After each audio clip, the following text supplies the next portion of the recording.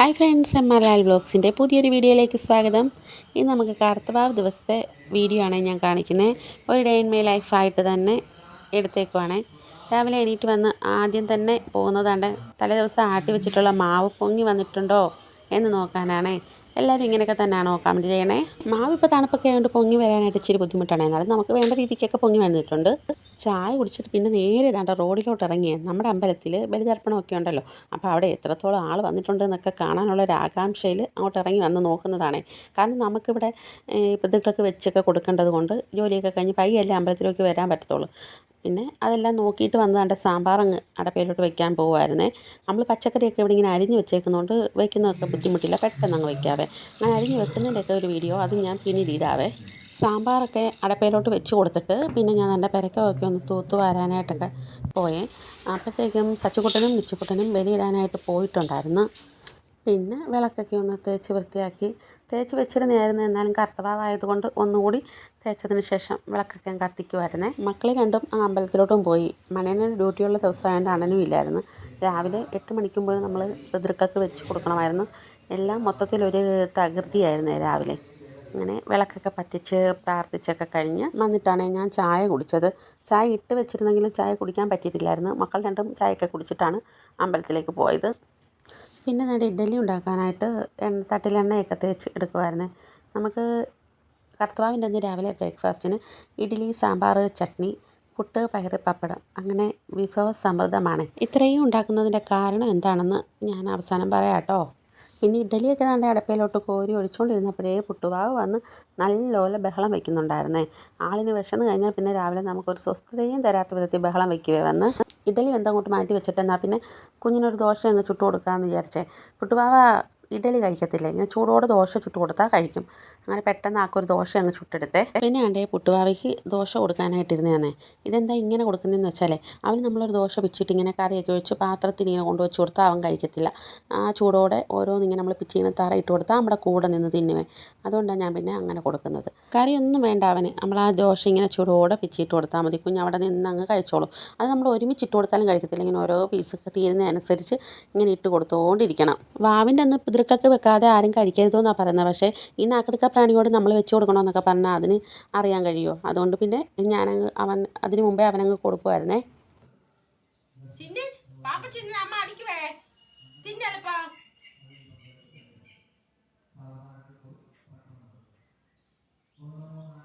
അത് തിന്നത്ത് തരാം. തിന്നടാ പന്ന മതിയോ? തിന്ന് സമയം പോലമ്മയ്ക്ക്. പുട്ടുവാവയ്ക്ക് ഫുഡൊക്കെ കൊടുത്തിട്ട് വന്ന് പിന്നെ അവിടെ ചമ്മന്തി അരച്ച് ചമ്മന്തിക്കും സാമ്പാറിനും ഒക്കെ കടുക് വറുക്കുമായിരുന്നേ. അങ്ങനെ നമ്മുടെ സാമ്പാറും ചട്നിയും ഇഡ്ഡലിയും റെഡിയായി. ഒരു സെക്ഷൻ റെഡിയായി കഴിഞ്ഞിട്ട് രണ്ടാമത്തെ സെക്ഷനിലേക്ക് പോകുമായിരുന്നേ. എന്നാണ്ട് പയറ് പുഴുങ്ങി, അതുപോലെ തന്നെ പുട്ടും ഇങ്ങനെ ചിരട്ടപ്പുട്ടാണ് പുഴുങ്ങി പെട്ടെന്നാവാൻ വേണ്ടിയിട്ട്. ബ്രേക്ക്ഫാസ്റ്റിൻ്റെ എല്ലാം ഒന്ന് റെഡിയാക്കി വെച്ച് കഴിഞ്ഞിട്ടാണ് പിന്നെ ഞാൻ അരി അടപ്പയിലോട്ട് ഇട്ടത്.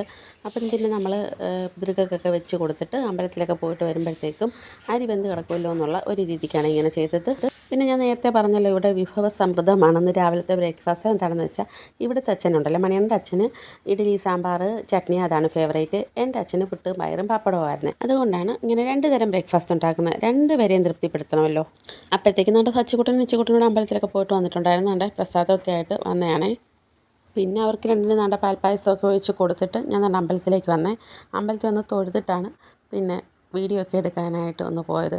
നല്ല തിരക്കുണ്ടായിരുന്നു കേട്ടോ ആ സമയമായിട്ട് അമ്പലത്തിൽ. തേഷാം ഉദ്ധരണാർത്ഥായാം ഇദം പിണ്ഡം ദദാമ്യഹം.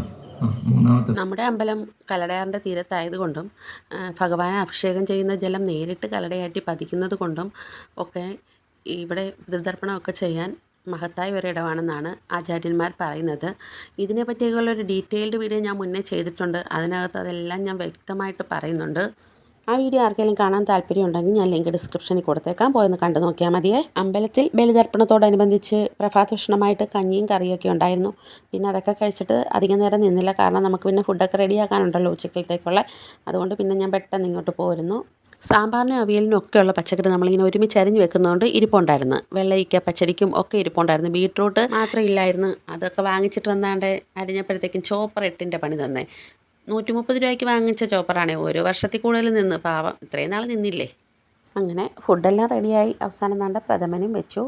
ഇതിൻ്റെ എല്ലാ റെസിപ്പി വീഡിയോ ഞാൻ ഡീറ്റെയിൽഡ് ആയിട്ട് ഇടുന്നുണ്ട്. പിന്നെ ഞങ്ങളെല്ലാവർക്കും വെച്ച് കൊടുത്തിട്ട് ഞങ്ങൾ ഫുഡൊക്കെ കഴിച്ച്. അന്ന് ഞാൻ ഇതിൻ്റെ കർത്തവാവിൻ്റെ ദിവസം ഇതിൻ്റെ ഷോർട്ട് വീഡിയോ ഇട്ടിട്ടുണ്ടായിരുന്നു, സദ്യാവിഭവങ്ങളെന്നും പറഞ്ഞ്. അന്ന് 2-3 പേരെ എൻ്റെ അടുത്ത് ഡൗട്ട് ചോദിച്ചിട്ടുണ്ടായിരുന്നു, വാവിന് ഇങ്ങനെയൊക്കെ ഒരുക്കുമോയെന്ന്. മുന്നേ ഒന്നും ഞാൻ ഇത്രയൊന്നും ഒരുക്കത്തില്ലായിരുന്നു. ഇപ്പോൾ എന്ന് വെച്ചാൽ അന്നൊരു ആചാരം മാത്രമേ ഉള്ളായിരുന്നു. ഇപ്പോൾ എന്ന് വെച്ചാൽ സച്ചിക്കുട്ടൻ ഓണത്തിന് കാണത്തില്ലല്ലോ, അതുകൊണ്ട് പിന്നെ അവൻ്റെ സദ്യ നമ്മൾ കർത്തവാവിനെ ഒരു ഓണസദ്യ പോലെ റെഡിയാക്കി ഞാൻ കൊടുക്കുന്നു, അത്രേ ഉള്ളൂ കേട്ടോ. ഓണത്തിന് പിന്നെ നമുക്ക് ഷോപ്പിലും തിരക്കായിരിക്കും. അന്നേരം വലുതായിട്ടുള്ള ഓണാഘോഷങ്ങളൊന്നും ഇപ്പം നമുക്കില്ല കേട്ടോ. പിന്നെ ഏത് ആഘോഷങ്ങൾ വന്നാലും വെക്കുന്നതിനെക്കാട്ടിലും വിളമ്പുന്നതിനെക്കാട്ടിലും ജോലിയാണല്ലോ ഈ പാത്രം കഴുകൽ. എനിക്ക് സത്യം പറഞ്ഞാൽ ഒട്ടും ഇഷ്ടപ്പെടാത്തൊരു മേഖലയാണ് കേട്ടോ ഇത് കഴിവെക്കൽ. നമുക്ക് ഇനി ബാക്ക് പെയിനൂടൊക്കെ ഉണ്ടായതുകൊണ്ട് എനിക്ക് ഇത്തിരി ദുർഘടം പിടിച്ച പണിയാണ്. എന്നാലും ചെയ്തല്ലേ പറ്റൂ. പിന്നെ പാത്രങ്ങളെല്ലാം കഴുകി ഷോപ്പിലേക്ക് വരാനായിട്ട് റെഡി ആവുമായിരുന്നേ. ഉച്ചവരെ ഷോപ്പ് അവധിയായിരുന്നേ കർക്കിടക വാവ് പ്രമാണിച്ച്. എൻ്റെ പുട്ടുവാവയുടെ നടത്തം നിങ്ങൾ ശ്രദ്ധിച്ചോ, എൻ്റെ കുഞ്ഞിൻ്റെ കാലിനെന്തോ പറ്റി.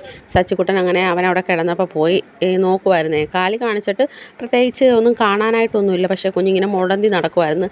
ആ ബാക്കിലെ ഇടത്തെ കാലിലോട്ട് പിടിക്കുമ്പോൾ അവന് ഭയങ്കര വേദനയുണ്ട്. അവൻ എന്താ പറയുക, കാല് വലിക്കുന്നുണ്ടായിരുന്നു. അപ്പോൾ മനസ്സിലായി എന്തോ പറ്റിയിട്ടുണ്ട്, ആരോ എറിഞ്ഞതാണോ എന്തോ, നമുക്ക് കറക്റ്റായിട്ട് അറിയാതെ എന്തോ ഒന്നും പറയാൻ പറ്റില്ലല്ലോ. നാക്കെടുത്ത് അതിനെന്തുവാണെന്ന് പറയാനും പറ്റുന്നില്ല. പക്ഷേ അതെങ്ങനെയൊക്കെയോ അത് നമ്മളെ അടുത്ത് നമ്മളെ അത് അറിയിക്കാനായിട്ട് അവൻ ശ്രമിക്കുന്നുണ്ട്. അവൻ ഇവിടാണ് പ്രശ്നമെന്നേ അറിയിക്കാൻ കഷ്ടം കണ്ടിട്ട് സങ്കടം വന്നു കേട്ടോ. ഇവന് നമ്മളായിട്ട് എടുത്ത് വളർത്തിയതൊന്നുമല്ല, എങ്ങനെയോ നമ്മുടെ അടുത്ത് വന്ന് പെട്ടു. നമ്മളതിന് ഫുഡ് കൊടുത്തു, കൂടെ നിർത്തി. ഒരു നാക്കെടുക്കാ പ്രാണി അതിനൊരു നേരത്തെ ഫുഡ് കൊടുക്കുന്നു, അത്രയേ ഉള്ളൂ. പക്ഷേ അതിൻ്റെ നന്ദി അത് നമ്മളോട് കാണിക്കുന്നു കേട്ടോ. മനുഷ്യരെ കാട്ടി നല്ല നന്ദിയുള്ള മൃഗമാണ് കേട്ടോ ഇവത്തുങ്ങൾ. നമ്മളതിനൊരു നേരത്തെ ഫുഡ് കൊടുത്തില്ലെങ്കിലും അതിനെ ഉപദ്രവിക്കാതിരിക്കാനെങ്കിലും ശ്രമിക്കണം. കാരണം അതിന് മ്യാവെന്ന് മാത്രമേ പറയാൻ പറ്റത്തുള്ളൂ, എന്താ പറ്റിയെന്ന് പോലും അതിന് പറയാൻ അറിയില്ലല്ലോ. ഇപ്പം എന്തായാലും എൻ്റെ കുഞ്ഞിന് സുഖമായി നേരെയൊക്കെ നടന്ന് തുടങ്ങിയിട്ടുണ്ട്. ഇതെന്തായാലും എനിക്കൊന്ന് വീഡിയോയിൽ പറയണമെന്ന് തോന്നി, അതാട്ടോ ഞാൻ ഇതിനകത്ത് ഉൾപ്പെടുത്തിയത്. അപ്പോൾ ലൈക്കും കമൻറ്റും ഷെയറും ഒക്കെ ചെയ്തേക്കണേ. പുതിയ വീഡിയോയുമായി എത്താം. Bye bye.